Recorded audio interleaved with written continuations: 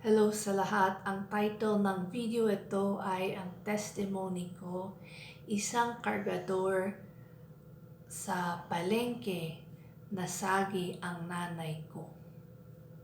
So, itong nangyari, 2 years ago pa to, bago namatay ang mami ko. Okay, so, and also yung mami ko, senior citizen siya. And every week, nasa palengke kami para bilhin namin ang mga gulay, prutas, at mga pagkain na lulutuin niya sa bahay. So ako ang kargadera, I guess, if you can say, kasi babae ako. Para sa kanya, ako yung bit-bit ng mga um, pagkain namin. And siya yung magpipili ng mga um, yung fruits, vegetables, and all. And karne. And there was one time, nasa Escanita kami, and nakita ko merong kargador. And usually, ay iwas ako. And I'm always aware. And nasa likod ako parati ni Mami. Kasi if anything happens, kaya ko i-protect siya. Kaya ko i-sabihin sa kanya, Mami, alis, tabi ka muna. Pero itong kargador, meron siyang bit-bit ng ice pack. So, syempre, mabilis siya. Kasi malamig, mabigat, gusto niya tapusin ang trabaho niya. Nakita ko, so iwas ako. But then, wala akong time na sabi ko kay Mami, magtabi. Nakita ko talaga, and ito yung Mami ko, itong kargador, papunta na siya doon. Nasagi niya talaga ang Mami ko. Ano, muntik na siya talaga na off balance. Pero tapos, tuloy-tuloy lang siya. Wala siyang pakialam kung nasagi niya Mami ko, hindi. Talaga, talaga naiinis ako, parang, like, anong klaseng tao yun? And then,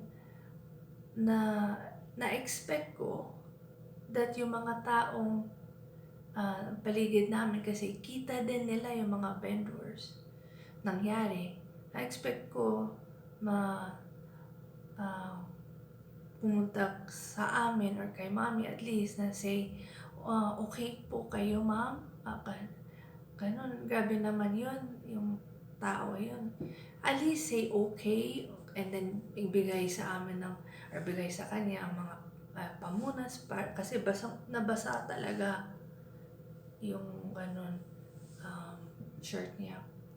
Walang na have compassion or pity sa amin or pity kay Mami. Senior, and plus meron siyang payong na parati niyang kasama, parang cane. At the same time, kung nag-ulan, payong din, no? So, meron siyang payong. Pero, nobody even tried to comfort her. So, yun, mas lalo nagalit ako. So, but hindi ako nagalit to the point na gusto kong i-start ng away doon sa palengke. Alam kong anong mangyayari. Talo kami. Okay? Even though kami na bugbog, na nasaktan si Mami. Pero hindi namin territory yon, at the same time, ang daming matigas ang puso. So, baliwala yung sasabihin ko sa kanilang, ano ba kayo, bakit wala kayong awa? Mas lalong magagalit ang mga tao. So, sabi ko kay Mami, okay ka ba? And then so napangunas ko si Mami kasi alam mo,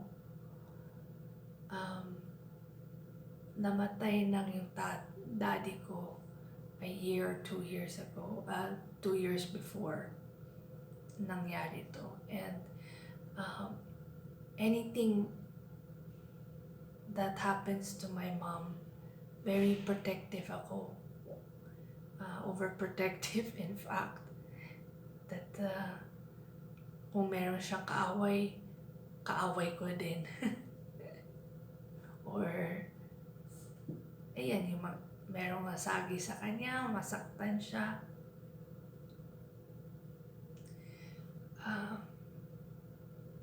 Na-protect ko siya. Pero at this time, hindi eh.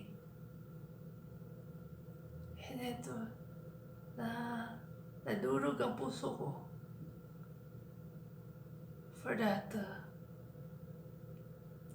but God was showing to me that not all the time kaya mo i-protect ang mahal mo sa buhay. You just have to leave it to Jesus Christ to judge yung tao. So, patapos na comfort ko ang mami ko, sabi ko, Mami, alis na tayo dito. Kung kailangan mong bilhin ng prutas sa ibang place na lang, hindi dito. Hindi safe tayo dito. And she said, okay, halika na. So, that was 2 years ago, okay? Matigas na ang mga puso ng mga tao. In fact, that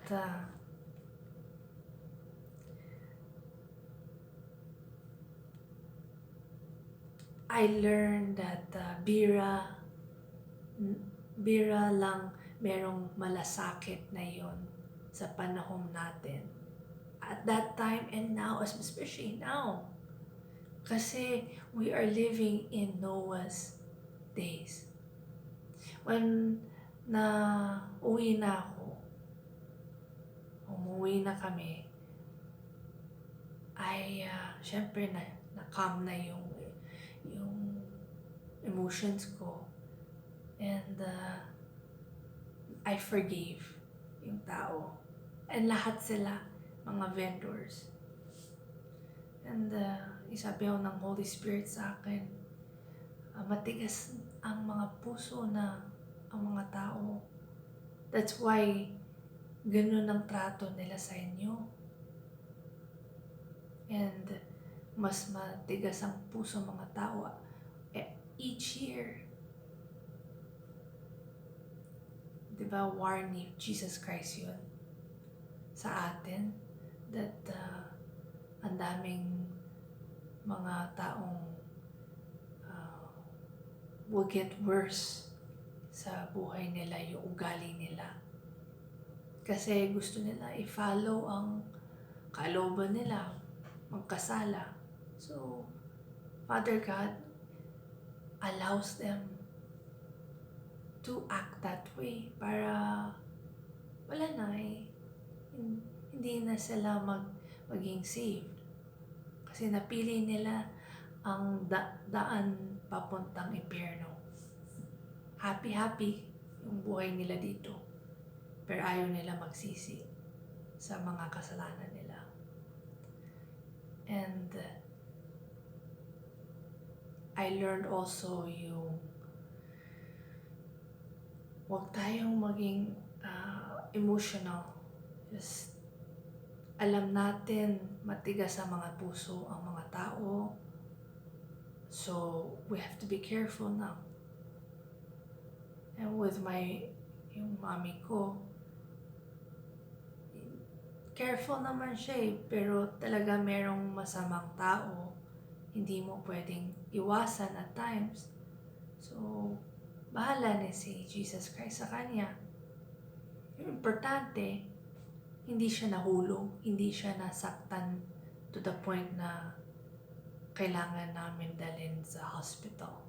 Kasi, so, I just thank God for that. And so, itong testimony ko, so i-share that ganito ang last days before darating si Jesus Christ. Matitigas ang mga puso, ang mga tao. And if you ever think, bakit nasaktan nila ako, wala silang pakialam sa akin, lahat na, di ba? It's because yun ang decision ni Father God, that kung matigas ang mga ulo at puso ng mga tao, ayaw nilang sundin ang kalooban ng Diyos, pabayaan ni Father God sila.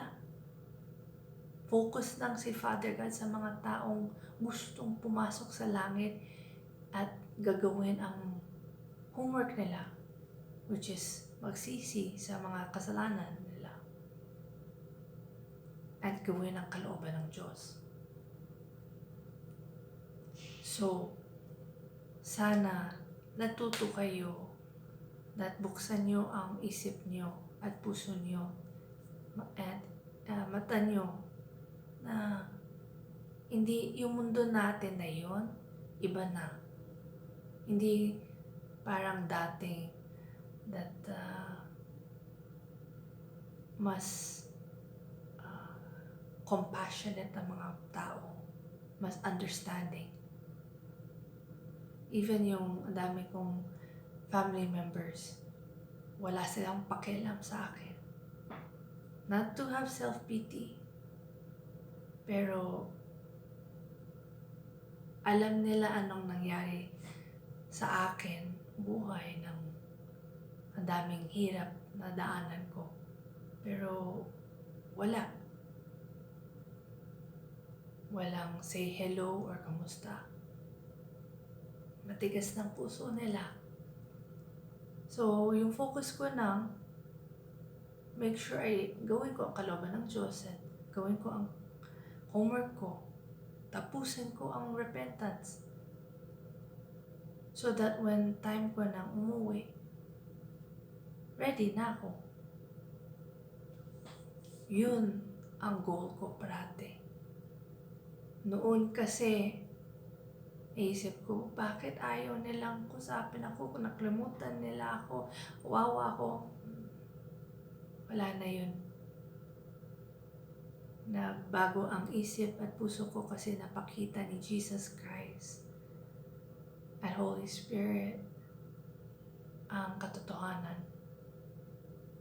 So magising na tayo bago dumating si Jesus Christ dito, para when ready na tayong kukunin niya tayo. Tayo yung wise virgins in the Bible. Okay? So please share this message para mas madaming taong will understand the truth. At magising ang isip at puso nila, maging ready for Jesus Christ coming. This is the end of the video. May Jesus Christ bless you.